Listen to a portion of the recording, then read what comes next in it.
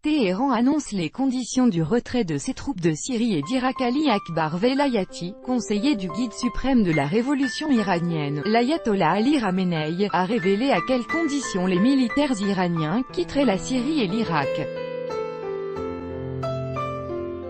Selon l'homme politique, l'Iran ne quittera la Syrie et l'Irak qu'à la demande de ces deux pays.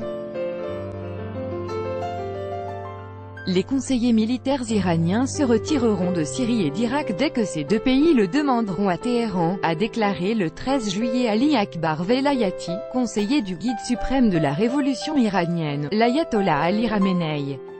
Quand ils diront qu'ils n'ont plus besoin de nos conseillers militaires, l'Iran n'hésitera pas à se retirer de ces deux pays, a annoncé Ali Akbar Velayati.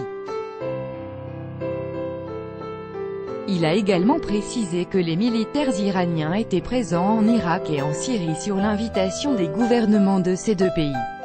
Selon le conseiller du guide suprême de la révolution iranienne, des groupements terroristes concentrés à idées libres viendront immédiatement dans le pays et continueront la guerre juste après que le soutien accordé par l'Iran et la Russie au gouvernement syrien sera affaibli. L'Iran vise à prolonger sa présence en Syrie. Je crois que dès que nous partirons, la Russie se retirera après nous, et alors les mêmes terroristes y reviendront, a déclaré Ali Akbar Velayati.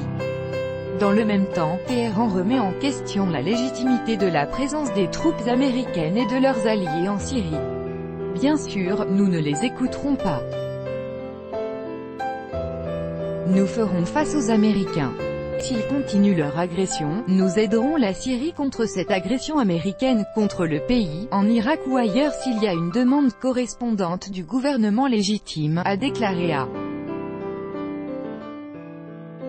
Velayati.